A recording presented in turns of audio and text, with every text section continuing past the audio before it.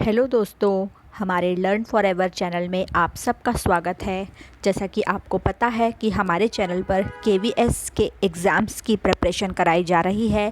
साथ ही साथ हमने डीएसएसबी, टीजीटी, सोशल साइंस के भी काफ़ी सारे वीडियोस अपलोड किए हैं और उसी श्रृंखला में आज हम अपना नेक्स्ट वीडियो अपलोड कर रहे हैं, जो कि ओरिजिन ऑफ अर्थ और प्लेट टेक्टोनिक्स तथा ओशंस के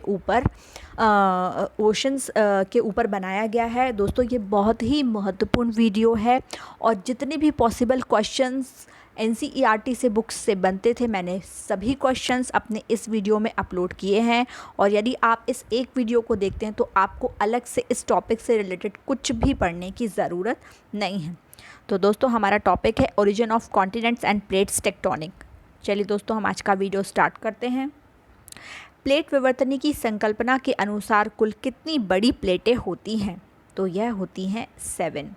अगला प्रश्न, महाद्वीपीय बहाव सिद्धांत, जिसे ड्रिफ्ट थ्योरी कहते हैं, किसके द्वारा प्रतिपादित किया गया था? तो यह है अल्फ्रेड वेगनर के द्वारा। अगला प्रश्न, डी लाइट का निर्माण किसके कारण होता है? तो यह होता है हिमनाद के निक्षेप के द्वारा।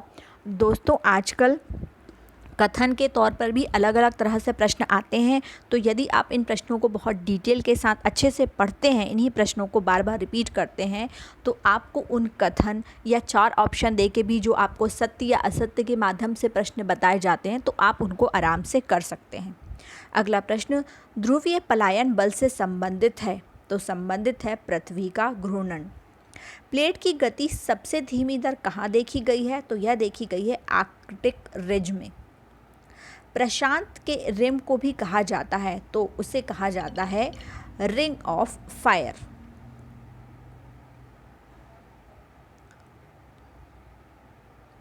अगला प्रश्न, संवहन धारा सिद्धांत के प्रवर्तक कौन थे? तो यह थे आर्थर होम्स। संवहन धारा सिद्धांत के प्रवर्तक थे आर्थर होम्स। अगला प्रश्न, एक विवर्तनी की प्लेट किसका स्लैब है? तो यह है ठोस चट्टान का। अगला प्रश्न, महासागर के पार विभिन्न महाद्वीपों से चट्टानों के निर्माण को किस विधि द्वारा संबद्ध किया गया है? तो इसे संबद्ध किया गया है रेडियोमेट्रिक डेटिंग विधि।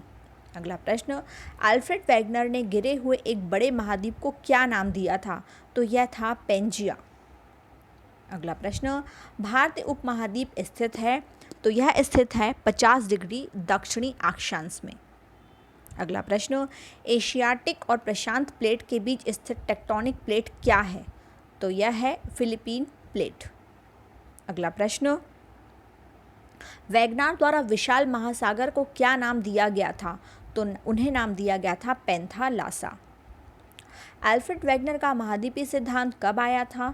तो यह आया था 1912 में। महाद्वीपों महासागरों के वितरण से संबंधित महाद्वीपीय विस्थापन सिद्धांत किसने दिया था? तो यह दिया था अल्फ्रेड वेगनर ने। तो दोस्तों, अलग अलग तरह से घुमाकर भी आपसे प्रश्न पूछे जा सकते हैं, तो इस चैप्टर से रिलेटेड जितने भी पॉसिबल क्वेश्चन बन सकते थे, वह सभी क्वेश्चन मैंने इस वीडियो में पुट किए हुए हैं। अगला प्रश्न, कौन डी लाइट को परिभाषित करता है? तो यह अवसादी चट्टान है जो हिमानी निक्षेप से बनती हैं। अगला प्रश्न, वेगनार के अनुसार महाद्वीपीय विस्थापन के लिए कौन से बल उत्तरदायी हैं? आंसर है ध्रुवीय, फ्लाइंग और ज्वारीय बल। अगला प्रश्न, पृथ्वी की आंतरिक संरचना की जानकारी प्राप्त करने के अप्रत्यक्ष स्रोत क्या हैं? तो यह है उल्का पिंड, गुरुत्वाकर्षण, चुंबकीय क्षेत्र और भूकंप। अगला प्रश्न, पृथ्वी की आंतरिक संरचना की जानकारी के प्रत्यक्ष स्रोत क्या हैं? तो यह है धरातलीय चट्टान और ज्वालामुखी उद्गार। अगला प्रश्न, भूकंप की तरंगों को सबसे पहले कहाँ महसूस किया जाता है? तो यह महसूस किया जाता है अधिकेंद्र में। सभी प्राकृतिक भूकंप पृथ्वी के किस भाग में आते हैं? तो यह आते हैं लिथोस्फीयर में। अगला प्रश्न, भूकंप का मापन किस यंत्र के द्वारा होता है? तो यह होता है सिस्मोग्राफ के द्वारा। और भूकंप की तीव्रता किस पैमाने पर मापी जाती है? तो यह मापी जाती है रिक्टर स्केल पर। अगला प्रश्न, प्राथमिक तरंगें कौन सी होती हैं? तो भूकंप की प्राथमिक तरंगों को पी तरंगों का नाम दिया जाता है। पी तरंगें किस तरह की तरंगें होती हैं? तो यह ध्वनि तरंगों जैसी होती हैं, तीव्र गति से चलने वाली धरातलीय तरंगें हैं, या ठोस, द्रव, गैस तीनों में होकर गुजरती हैं। तो दोस्तों इस एक प्रश्न के अंतर्गत मैंने कम से कम 3 से 4 प्रश्न आपके कंप्लीट करवा दिए हैं। अगला प्रश्न, सबसे ज़्यादा विनाशकारी तरंगें कौन सी हैं? तो यह है एस तरंगे। अगला प्रश्न, जिन क्षेत्रों में कोई भूकंप तरंग गतिलिखित नहीं होता वह कौन सा क्षेत्र कहलाता है? तो वह कहलाता है भूकंप छाया क्षेत्र। अगला प्रश्न, किन तरंगों का छाया क्षेत्र सबसे अधिक है? तो एस तरंगों का छाया क्षेत्र जो है वह सबसे अधिक है और यह 40% से भी अधिक भाग में फैला है। अगला प्रश्न, ज्वालामुखी उद्गार के दौरान जो लावा धरातल पर पहुंचता है उसका स्रोत क्या है? तो वह है मेंटल। अगला प्रश्न, भूपर्पटी एवं मेंटल का ऊपरी भाग मिलकर क्या बनाते हैं? तो यह बनाते हैं लिथोस्फीयर। अगला प्रश्न, महासागरों के नीचे भूपर्पटी की चट्टान किसकी बनी होती हैं? तो यह बनी होती हैं बेसाल्ट की। अगला प्रश्न, भ्रंश तल के किनारे चट्टानों के खिसकने से क्या होता है? तो विवर्तनिक भूकंप आते हैं। नियत भूकंप किसे कहते हैं? तो अत्यधिक खनन कार्यों के परिणाम स्वरूप जब धरती हिलने लगती है, कुछ कंपन सी महसूस होती है, उन्हें नियत भूकंप कहते हैं। पृथ्वी का क्रोड किससे बना होता है? तो यह बना होता है निक्कल एवं लोहे से।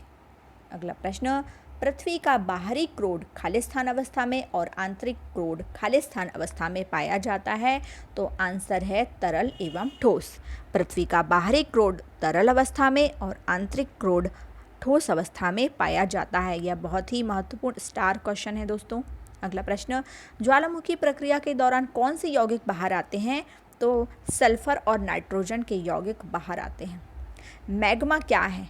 तो तरल चट्टान पदार्थ जब मेंटल के ऊपरी भाग में होता है तो वह मैग्मा कहलाता है।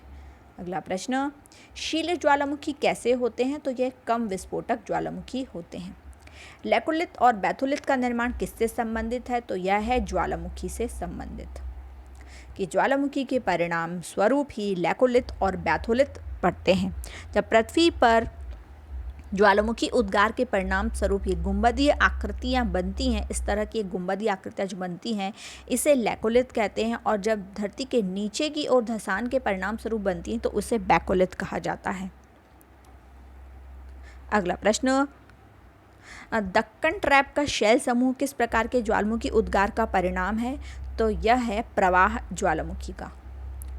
अगला प्रश्न, ज्वालामुखी उद्गार के ठंडे होने पर कौन सी शैल बनती है? तो यह बनती है आग्नेय शैल, जिसे हम इग्नियस रॉक भी कहते हैं। वितल मैदान किससे बनते हैं?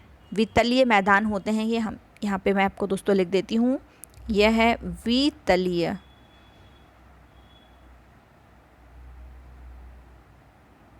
वितलीय मैदान कैसे बनते हैं? तो महाद्वीपों से बहाकर लाए गए अवसादों के द्वारा वितलीय मैदान बनते हैं। अगला प्रश्न, मध्य महासागरीय कटक क्या होता है? तो पर्वत की 2 श्रृंखलाओं के से जो बनता है वह महासागरीय कटक कहलाता है। अगला प्रश्न, महाद्वीपीय सीमा क्या है? तो यह महाद्वीप के किनारों और गहरी समुद्री बेसिन के बीच का भाग होता है महाद्वीपीय सीमा। दोस्तों ये सभी प्रश्न परिभाषा के रूप में भी पूछे जा सकते हैं, तो आप इन्हें बहुत अच्छे से याद कीजिएगा। वितलीय मैदान, दोस्तों यह वितलीय है, मैं यहाँ पे लिख देती हूँ,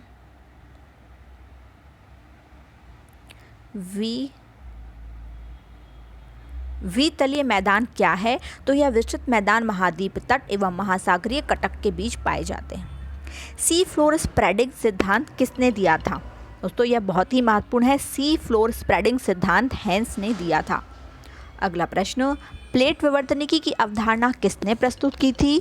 तो यह मैकेंजी, पार्कर और मॉर्गन ने दी थी। अगला प्रश्न, विवर्तनिकी की प्लेट किससे मिलकर बनी है? तो यह महाद्वीपीय और महासागरीय स्थलमंडल से मिलकर बनी है। अगला प्रश्न, किस सिद्धांत के अनुसार पृथ्वी के स्थलमंडल को 7 भागों में बांटा गया है? तो यह प्लेट विवर्तनिकी सिद्धांत के अंतर्गत पृथ्वी के स्थलमंडल को 7 भागों में बांटा गया है। प्लेट विवर्तनिकी के सिद्धांत के अनुसार पृथ्वी के स्थलमंडल की मुख्य 7 प्लेट कौन सी हैं? दोस्तों मैं इन सभी प्लेटों के नाम आपको यहाँ पर बता देती हूँ, क्योंकि आपको ऑप्शन के रूप में भी पूछा जा सकता है कि प्लेट विवर्तनिकी सिद्धांत की जो बड़ी प्लेट्स हैं, मुख्य प्लेटें, वो कौन सी हैं। तो चलिए हम इनके नाम देखते हैं। अंटार्कटिक प्लेट, उत्तरी अमेरिका प्लेट, दक्षिणी अमेरिका प्लेट, प्रशांत महासागर plate, Indo Australian New Zealand plate, Africa plate और यूरेशियन प्लेट। तो आप इन सभी प्लेटों के नाम अच्छे से याद कर लीजिए, हो सकता है आपको ऑप्शन में से पूछ लिया जाए। अगला प्रश्न, नजका क्या है? तो नजका छोटी प्लेट जो दक्षिणी अमेरिका व प्रशांत महासागरीय प्लेट के बीच में स्थित है। अगला प्रश्न, हिमालय पर्वतों के साथ भारत प्लेट की सीमा किस तरह की प्लेट सीमा है? तो यह है महाद्वीपीय अभिसरण प्लेट सीमा। अगला प्रश्न, प्लेट विवर्तनी के सिद्धांत के अनुसार महत्वपूर्ण छोटी प्लेट कौन सी हैं? तो दोस्तों मैं इन सभी छोटी प्लेटों के नाम भी आपको बता देती हूँ। कोकोस प्लेट, नजका प्लेट जिसका प्रश्न अभी मैंने पीछे देखा था, Arabian plate, Philippine plate, Caroline plate और फ्यूजी प्लेट, ये सभी छोटी महत्वपूर्ण प्लेटें हैं। अगला प्रश्न, अपसारी प्लेट क्या है? तो प्लेट जब एक दूसरे से दूर होती हैं, किस तरह से जब ज़मीन पर टेक्टोनिक्स प्लेट जो होती हैं और जब ये एक दूसरे से दूर खसकती हैं, जब ये एक दूसरे से विपरीत दिशा में जाती हैं, तो इन्हें हम अपसारी प्लेट कहते हैं। अगला प्रश्न, विध्वंसक प्लेट क्या है? तो जब प्लेट एक दूसरे की तरफ बढ़ती हैं, जब प्लेट एक दूसरे की तरफ बढ़ती हैं इस तरह से, तो ये क्या कहलाती हैं? विध्वंसक प्लेट कहलाती हैं। अगला प्रश्न, अंगारा लैंड के टूटने से क्या बना? तो अंगारा लैंड के टूटने से बना उत्तरी अमेरिका, यूरोप और एशिया बने। अगला प्रश्न, गोंडवाना लैंड के विभाजन से क्या बना? तो गोंडवाना लैंड के विभाजन से बना दक्षिण अमेरिका, अफ्रीका, प्रायद्वीपीय भारत, मेडागास्कर और ऑस्ट्रेलिया। अगला प्रश्न और यह अंतिम प्रश्न है, पेंजिया तथा पैंथालासा का अवशिष्ट भाग क्या है?